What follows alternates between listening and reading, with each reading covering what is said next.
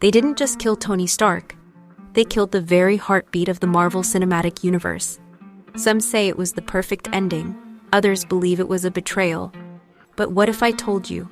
Iron Man's death wasn't just a creative choice. It was a calculated move shaped by contracts, billion-dollar business deals, and a ticking time bomb Marvel couldn't ignore. Because the truth is, Tony Stark didn't have to die in Avengers Endgame. Marvel chose it. And once you hear the real reasons, you might never look at that emotional "I am Iron Man" moment the same way again.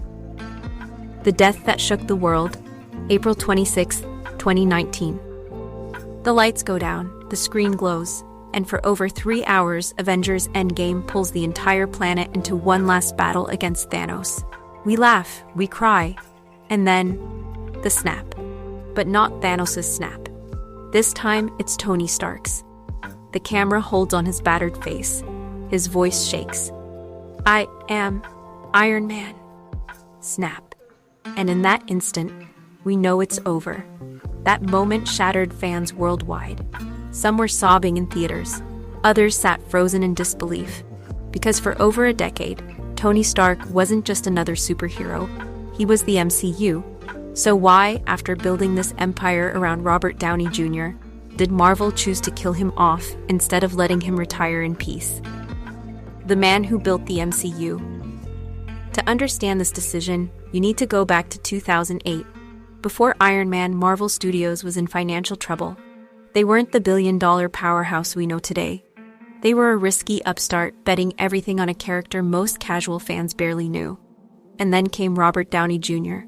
At the time, RDJ wasn't Hollywood's golden boy. He was a risky casting choice, fresh out of legal troubles, fighting to rebuild his career. But Jon Favreau, the director of Iron Man, fought for him. Hard. The gamble paid off. Iron Man wasn't just a hit. It was the spark that lit the entire Marvel fire.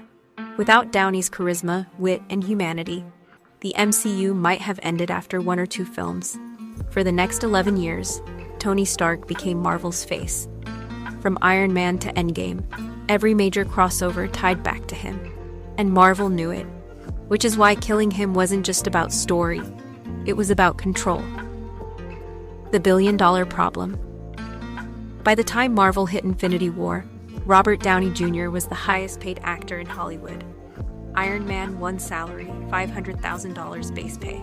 Avengers Endgame salary, over $75 million with back-end profits. Let that sink in. For every new contract, RDJ's price tag skyrocketed. Marvel Studios had a problem. As long as Iron Man lived, the audience would expect him back, and RDJ could command whatever price he wanted. Kevin Feige, the mastermind behind the MCU, knew Phase 4 and beyond couldn't depend on one man, especially one with such a massive paycheck. And there was another concern: superhero fatigue. By 2019, the MCU had been running for over a decade. New characters like Captain Marvel, Black Panther, and Doctor Strange needed room to grow. But as long as Tony Stark existed, he'd overshadow them all. The contract clock. Robert Downey Jr.'s contract officially ended with Avengers Endgame, and Marvel had 2 options. 1, renew his contract for a ridiculous sum and keep him around as a mentor figure. 2, end his arc on a high note, ensuring his legacy stayed untarnished. RDJ himself hinted at wanting closure. In interviews, he spoke about feeling like he'd told the full Iron Man story. After 11 years, endless press tours, and wearing the crown of Hollywood's most iconic superhero, he was ready to move on. So Marvel and RDJ agreed. Tony's story would end in Endgame. Why not retire him? This is where it gets interesting. Many fans asked, why didn't they just let Tony retire with Pepper and Morgan? Because from a storytelling perspective, heroes don't ride off into the sunset. Not in the MCU. Iron Man began this universe by saying, "I am Iron Man." Ending it with the same words created a perfect narrative circle. It was poetic, it was final, and it guaranteed no awkward, half-hearted cameos that could cheapen the impact later. Also, retirement leaves the door open. Death slams it shut. Or at least that's what they want us to think. The power of a perfect death. Marvel understands something many franchises don't. A powerful death fuels the brand. Look at how much Endgame's marketing revolved around loss. Part of the journey is the end. Posters in grayscale, teasers dripping with finality. Fans bought tickets not just for a fight, but for closure. And closure sells. Endgame went on to earn $2.79 billion worldwide, becoming the highest-grossing movie of all time until Avatar reclaimed the spot. That emotional punch, it wasn't just for art, it was for box office history. The future without Tony Stark. After Endgame, the MCU entered a new era. Phase 4 tried to shift focus to characters like Shang-Chi, Sam Wilson's Captain America, and the Young Avengers setup. But here's the thing, Marvel knows Tony Stark's ghost still hangs over the MCU. Even in Spider-Man Far From Home, Peter Parker's entire arc revolves around living up to Tony's legacy. In Black Panther, Wakanda Forever, Shuri's tech brilliance echoes Stark. And let's not forget the Ironheart series, literally inspired by him. Marvel killed the man, but not the myth. Was it really final? Now, here's where things get even murkier.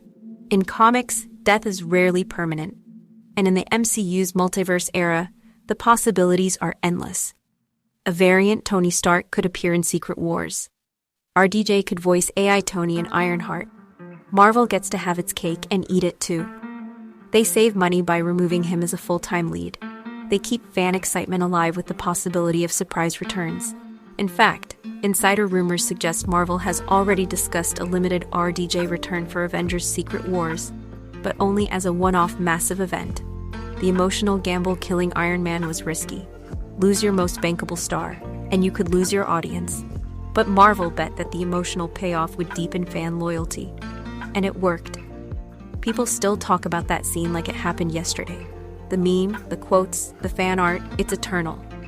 By making Iron Man's death a cultural moment, Marvel didn't just close a chapter. They immortalized Tony Stark. The truth hurts. So, was it about the story? Absolutely. Was it also about money, contracts, and long-term brand control? Without a doubt. In the end, Iron Man's death was the perfect storm. A poetic ending for a character who started it all. A financial decision to free the MCU from one actor's salary. A strategic move to make room for the next generation of heroes. Marvel gave Tony Stark the death he deserved, and themselves the freedom they needed. But here's the thing. Marvel taught us in Endgame that part of the journey is the end. Yet in the multiverse, no ending is ever truly final. So the real question is, when Secret Wars arrives, will we see Tony Stark again? And if we do, will it feel like a homecoming? Or will it ruin the perfect goodbye?